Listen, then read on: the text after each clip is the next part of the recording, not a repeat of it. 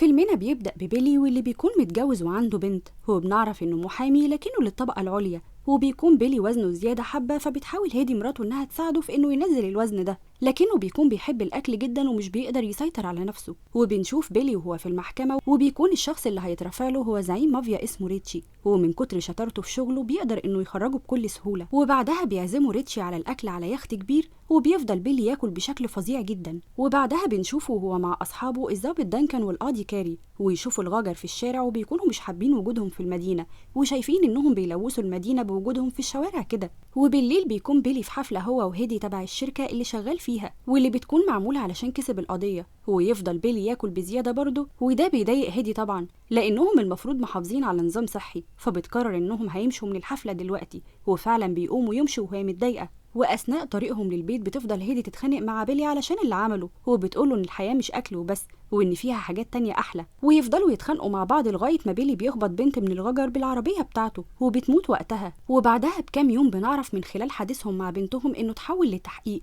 وهيتحقق معاه لان ده من غير قصد، علشان كده ما تحبسش في وقتها. ويجي وقت التحقيق اللي بيكون القاضي فيه هو صاحبه كاري، وبيكون الضابط هو دانكن صاحبه برضه، يعني مفيش اصعب من كده. وبيكون موجود في التحقيق شهود كانوا حاضرين الحادثه، وبيسال القاضي واحد من الشهود اللي بيقوله ان الغجريه كانت طالعه بتجري بعد ما سرقت المحل بتاعه. وبيقول الضابط دانكن انه عمل تحليل مخدرات لبيلي وما طلعش فيه حاجه، وده علشان يتاكد انه ما كانش في جسمه حاجه وقت لما خبط الغجريه، وكل ده بيكون كذب طبعا، وقال كده علشان يخرج صاحبه من القضيه. وبتقول هيدي مراته انه كان سايق بسرعه عاديه وقتها، وبسبب كل اللي اتقال ده بيخرج بيلي ومش بيكون عليه حاجه. لكن وهو خارج من المحكمه بيقابله غجري اسمه ليمبك، وده بيكون والد الغجريه اللي ماتت، وبيقرب منه وبيلمسه وبيبصله بصه غريبه، ومش بنفهم حاجه وقتها. ويعدي اسبوعين على الموقف ده، ويوزن بيلي نفسه، وبيتفاجئ هو وهيدي لما بيشوف انه خسر 15 كيلو من وزنه من غير ما يعمل حاجه، ويكونوا فرحانين جدا. وبعدها بينزل ويروح يلعب جولف مع اصحابه، وبعد اللعب بيدخلوا اوضه الغيار،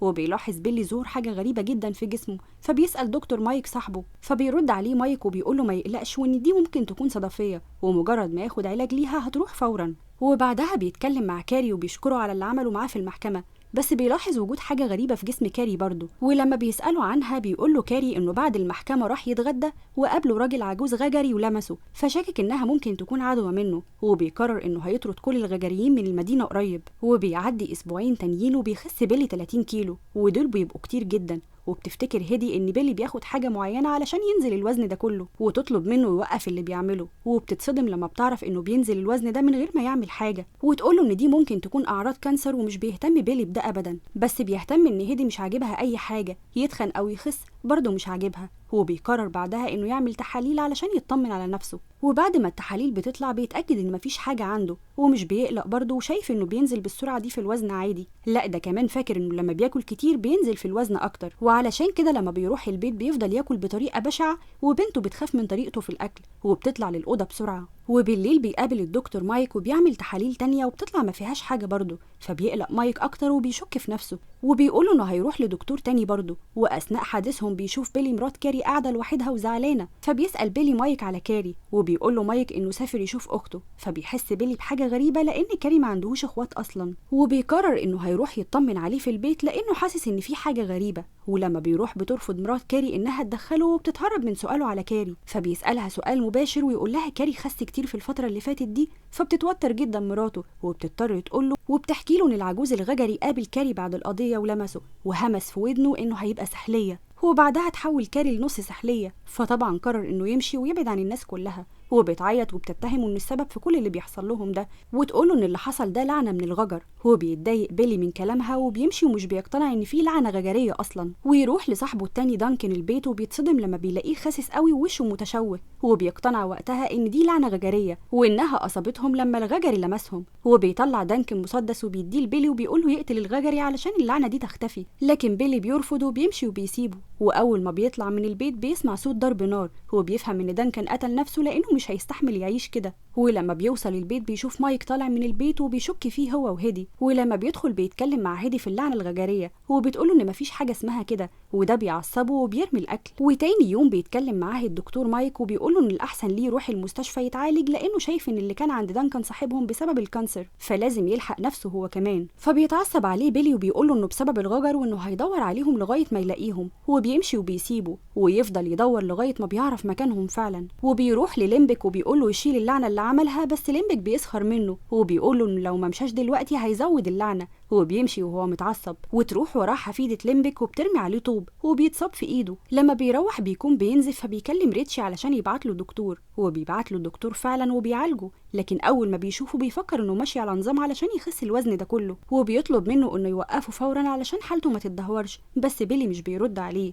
وتاني يوم بيروح له ريتشي وبيحكي له بيلي على اللي حصل له هو واصحابه من الغجر، وبيقرر ريتشي انه يساعده، وبيبعت واحد من رجالته يراقب الغجر، بس الغجر بياخدوا بالهم منه وبيقتلوه، وده بيضايق ريتشي جدا. وبياخد رجالته كلهم وبيطلعوا على المكان اللي قاعدين فيه الغجر، وبيضرب عليهم نار وبيولع في المكان، وبيموت واحد من الغجر. وبعدها بيتبعت لهم رسالة تهديد، لا اما يشيلوا اللعنة اللي على بيلي لا اما مش هيسيبوهم في حالهم، وبيفهموا ان بيلي هو اللي عمل كل ده. وبعدها بتروح الشرطة علشان يحققوا في كل اللي حصل. فبيتنكر ريتشي في هيئة ضابط وبيتكلم مع حفيدة ليمبك وبيقنعها تروح معاه علشان تشوف المجرم اللي هجم عليهم. ولما بتروح بيخطفها وبيكون عايز يقتلها كانتقاما. ولما بيوصل بيلي بيمنعه، بيقولوا انهم مش عايزين يقتلوا حد، هم هدفهم يفكوا اللعنة وبس. ويقتنع ريتشي بكلامه وبيفكها وبيقول لها تبلغ جدها انه لو عايز يحافظ على حياتهم يجي يقابلهم فورا. وبعدها بيروح ليمبك يقابله فعلا ويقول له انه موافق يفك اللعنة، هو بيديله فطيرة وبيجرح ايده وبياخد دم منها وبيحطه على الفطيرة، وبيقول له ان الحل الوحيد علشان اللعنة دي تتشال من عليه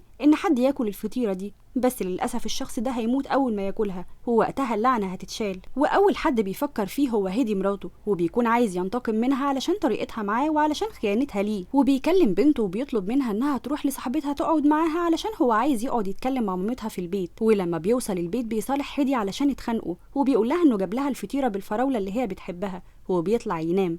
وتاني يوم بيصحى بيلاقيها أكلت منها وماتت، لكن الصدمة لما بيلاقي بنته رجعت وأكلت منها هي كمان، فبيقرر إنه هياكل منها ويموت ويخلص من حياته كلها. ويخبط الباب في الوقت ده وبيكون دكتور مايك، فبيرحب بيه وبيعزمه على الفطار من نفس الفطيرة، وبكده بيكون انتقم منه ومن هدية على خيانتهم ليه. وبيخلص الفيلم هنا.